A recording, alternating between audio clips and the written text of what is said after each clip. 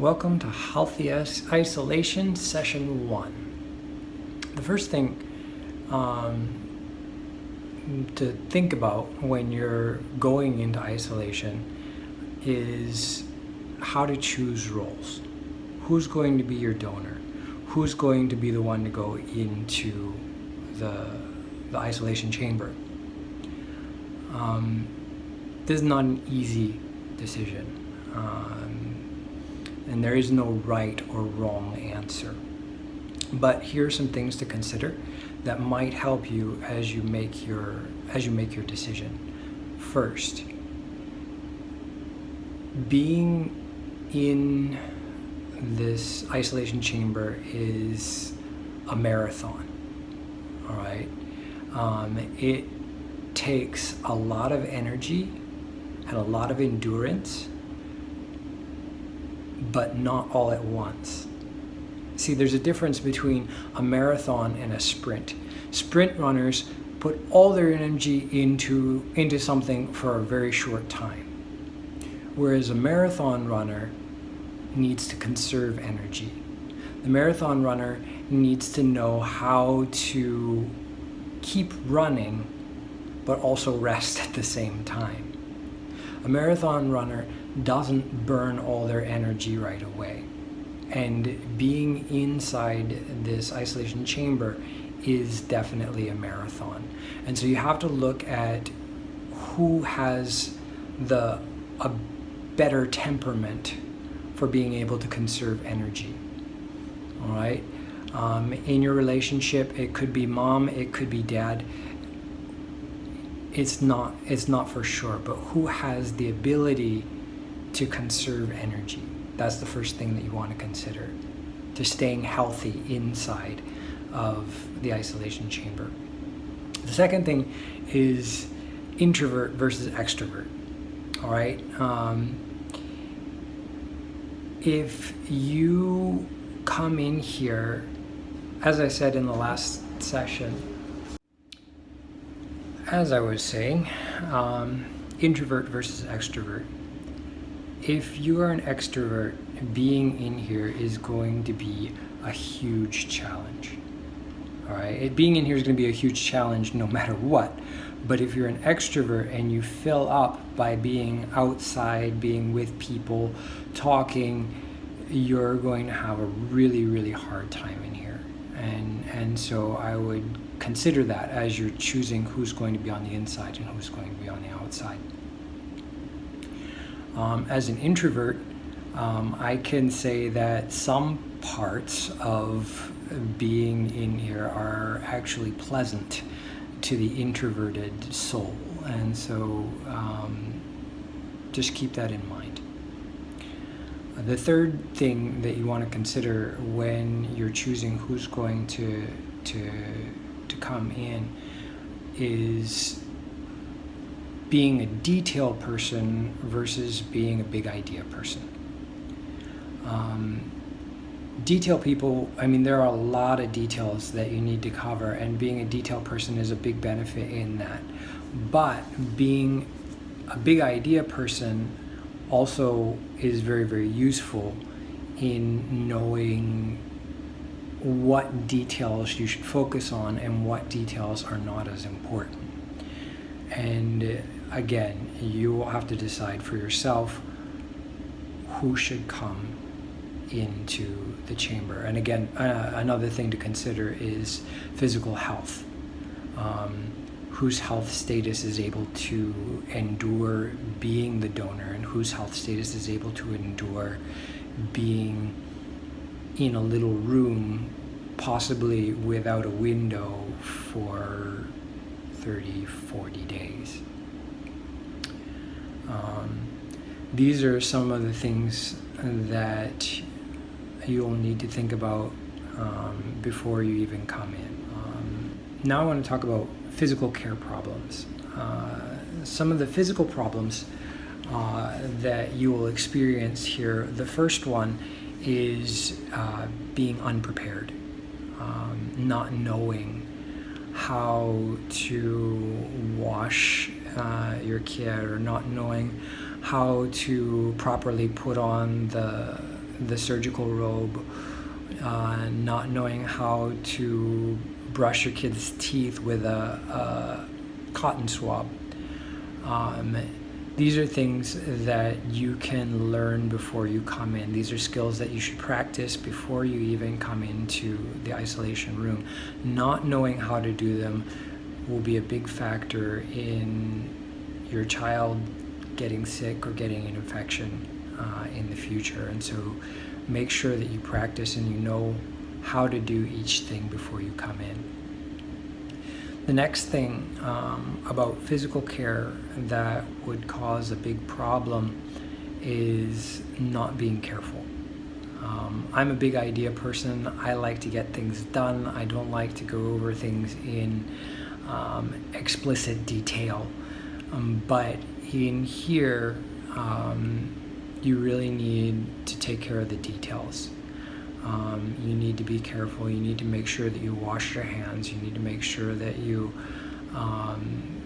clean not only the ceiling, the walls, the floor, but also the cabinet, behind the cabinet, each bar on the crib, all of it needs to be cleaned. And so you need to really, really be careful. If you're not, it's going to be you and your child who will suffer for it. And so please make sure that you're careful when you come in here. You choose somebody who's going to be able to be responsible and to take care of these details. Now, I'm going to tell you, when I first came in, I made a lot of mistakes. All right, I didn't do things exactly the right way. I forgot to change my shoes when I went from this room to that room. I didn't wear my hat, and so, just not because I didn't want to, just because I forgot. And so it takes some time to learn how to do it. But if you're careful and you're willing to learn, you'll get the hang of it within a couple of days. The third thing that will result in physical care problems is poor cooperation with your child. Your child is going through a lot of stress, just like you, all right? Speaking of which, I will be back. Your child is going through a lot of stress just like you are, and if you don't work with your child, this will be a very difficult time. If you don't respect your child and try to help them to process their emotions, you'll spend 40 days fighting with your kid. And that's what I've seen with a lot of parents. They come out and there's so much anger. And they just use anger to crush the child, and the child's will is broken. And this comes from a lack of cooperation. Now, that's not to say that my child is the most cooperative child in the world, all right? Some days he just won't eat his lunch. Some days he won't take his medicine, all right? But rather than using anger to crush him, I try to use understanding and patience to wait him out and to eventually get done what needs to get done. And so if your relationship is one where you don't know how to work with your child, that's going to be very, very difficult inside the isolation chamber.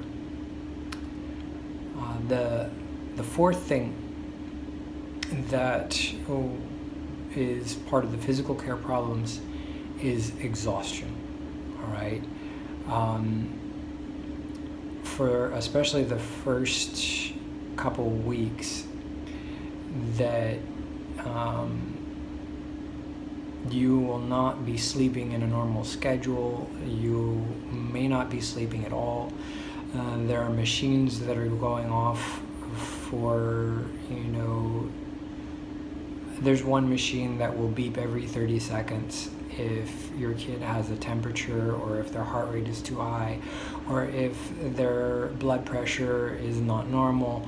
It will just beep all night long. And so exhaustion is a big part of the physical taxing of doing cleaning, ceiling, wall, floor, ceiling, wall, floor, ceiling, wall, floor, over and over and over and over and over again, of cleaning the child, of cleaning the environment. It is exhausting.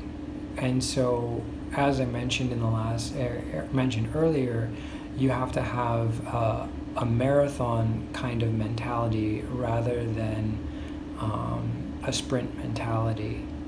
That you need to learn how to conserve your energy.